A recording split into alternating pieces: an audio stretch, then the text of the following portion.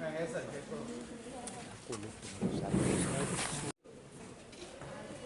বসো ওরা কি বাকি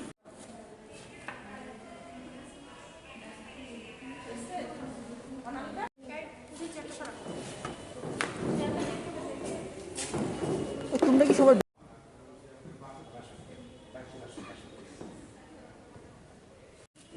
ছবি দেওয়া লাগবে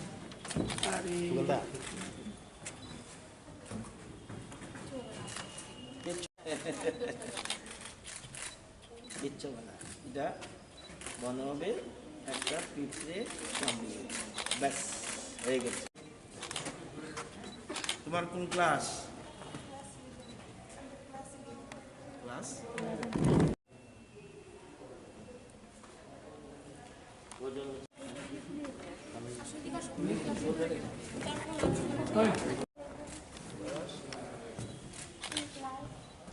বয়স কত? তোমার বয়স 15 না? আপনারা জানেন যে করোনা বিভিন্ন ভেরিয়েন্ট নিয়ে বিভিন্ন সময় সারা দেশে ছড়িয়ে পড়ছে। এর মধ্যে ত্রিপুরাও বাদ যায়নি।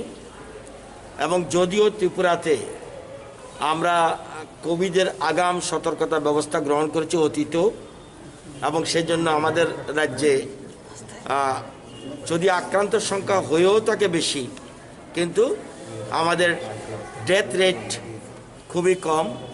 এবং এর একটি মাত্র কারণ ভ্যাকসিনেশন। আমরা ভারতবর্ষের মধ্যে সবচেয়ে বেশি ভ্যাকসিন দিতে পেরেছি, এবং সেজন্য কেন্দ্রীয় সরকার থেকে আমরা বিভিন্ন সময় প্রশংসাও পেয়েছি। কারণ আমাদের রাজ্য সরকার অর্থাৎ রাজ্যের মুখ্যমন্ত্রী মূল উদ্দেশ্য মানুষকে বাঁচিয়ে রাখতে হবে যে কোনো পরিস্থিতি হোক। তো সেই জন্য ভ্যাকসিনে আমরা 1 নম্বর স্থানে গিয়েছিলাম। এখন আবার 15 থেকে 18 বয়সের ছেলে মেয়েদের ভ্যাকসিনের জন্য উদ্যোগ নেওয়া হয়েছে। এর মধ্যেই আপনারা জানেন এই যে 15 থেকে 18 এই বয়সের ছেলে মেয়ের সংখ্যা হলো 2,13,000-এর মতো, এবং এর মধ্যেই 90,251 জন ভ্যাকসিন নিয়েছে। তারপরেও আমরা 19, 20 এবং 21 এই 3 দিন রাজ্যের স্বাস্থ্য দপ্তর স্পেশাল ভ্যাকসিনেশন ড্রাইভ স্কুলে দিয়েছে, এবং 734টা স্কুলে 19 থেকে 21 তারিখ পর্যন্ত আমরা স্পেশাল ড্রাইভের ব্যবস্থা করেছি। এর মধ্যে ওয়েস্ট ত্রিপুরা আছে 237টা স্কুল, উনকোটিতে আছে 50টা স্কুল, সাউথে আছে 25টা স্কুল, সিপাহীজলাতে আছে 124টা স্কুল, নর্থে 120টা স্কুল, খোয়াইতে 64টা স্কুল, গোমতীতে 52টা স্কুল, ধলাইতে 62টা স্কুল। 19, 20, 21 এই 3 দিনে বিভিন্ন শিডিউলে এই 734টা স্কুলে ভ্যাকসিন দেওয়া হবে। তো এখানের মধ্যে আজকে যেমন তুলসীবতী দেওয়া হচ্ছে স্পেশাল ড্রাইভ, আবার উমাকান্ত একাডেমি বাংলা মিডিয়াম ওখানে দেওয়া হচ্ছে, শিশু বিহার, এই যে বিভিন্ন স্থানে দেওয়া হচ্ছে, এবং পুরো এলাকায় বহু জায়গায় আমার কাছে লিস্ট আছে সেখানে দেওয়া হচ্ছে। তো এই ভ্যাকসিনগুলি যাতে সঠিকভাবে সব জায়গায় যাতে ছেলেমেয়েরা ভ্যাকসিন নিতে পারে, এই জন্য আমাদের রাজ্য সরকার থেকে আমরা উদ্যোগ নিয়েছি জনপ্রতিনিধিরা যেন রাজ্যের মুখ্যমন্ত্রী থেকে শুরু করে বিভিন্ন মন্ত্রীরা বিভিন্ন জেলার দায়িত্বে রয়েছেন, ওরা বিভিন্ন স্কুলে ঘুরে ঘুরে দেখবে কেরম ভ্যাকসিনেশন চলছে। আগরতলাতেও রাজ্যের মুখ্যমন্ত্রী বেশ কয়েকটা স্কুলে যাওয়ার পরিকল্পনা রয়েছে। তো আমিও এখান থেকে সুধা সুকুমা স্কুলে যাব। এরকম বিভিন্ন উদ্যোগ নেওয়া হয়েছে, এবং আমরা এই উদ্যোগ নিয়েছি এবং যে স্কুল সম্পূর্ণভাবে 100% ভ্যাকসিনেশন করতে পারবে, আর স্বাস্থ্য দপ্তর তাকে একটা ফুললি ভ্যাকসিনেট সার্টিফিকেট একটা প্রদান করবেন সেই স্কুলকে।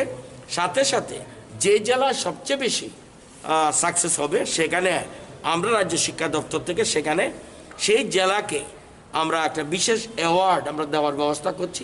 মূল উদ্দেশ্য 15 থেকে 18 যে 2,13,000 আছে সবাই যেন ভ্যাকসিনের আওতায় চলে আসে। তাহলে আমাদের কোভিড আক্রান্তে আমরা যদিও আক্রান্ত হই তাহলে তাহলে কোনো রকম অন্তত কোনো অসুবিধা, বিশেষ কিছু অসুবিধা হবে না, সেই জন্য এই উদ্যোগ নেওয়া হয়েছে। স্যার একটা বিষয় দেখছেন না, আমি একটু আগে আপনাকে বলেছি 2,13,000-এরও টার্গেট, এর মধ্যেই স্পেশাল ড্রাইভের আগেই 90,000-এর উপরে হয়ে গেছে। আজকে স্পেশাল ড্রাইভের যেমন এই স্কুলেই এর মধ্যে 462 অলরেডি কমপ্লিটেড, আরও একজন আছে। আমরা স্কুলকে এই জন্যে 50% দিয়ে স্কুল খোলা রেখেছি, একদিকে যেমন এডুকেশনের লস না হয়, আরেকদিকে যাতে আমার ভ্যাকসিনও দিতে পারে, সেই জন্য আমরা এই উদ্যোগ নিয়েছি। যেটা ছিল মানে আগে উপজাতি এলাকা আমরা দেখেছি একটু অনীহা ছিল, এবার উপজাতি ছেলেমেয়েরা আরও একটু আগে আমার সামনে দেখেছেন একটা উপজাতি মেয়ে নিজেই এসে ভ্যাকসিন নিচ্ছে। এবার জিনিস যত আপনি দেখবেন যত ইয়াং এডুকেটেড ছেলে মেয়েরা থাকবে তারা বেশি ফরওয়ার্ড, তারা এসব বুঝে যে বৈজ্ঞানিক আমাকে যদি করোনা মোকাবেলা করতে হবে বৈজ্ঞানিকভাবেই আমাকে মোকাবেলা করতে হবে। আমি যদি বাড়ি বসে থাকবো, ডিস্টেন্স বজায় রাখবো, কিন্তু এর সাথে মেডিকেলি যেন আমরা প্রয়োজনীয় ব্যবস্থা নিতে পারি, সেজন্য তারা যথেষ্ট সচেতন আছে।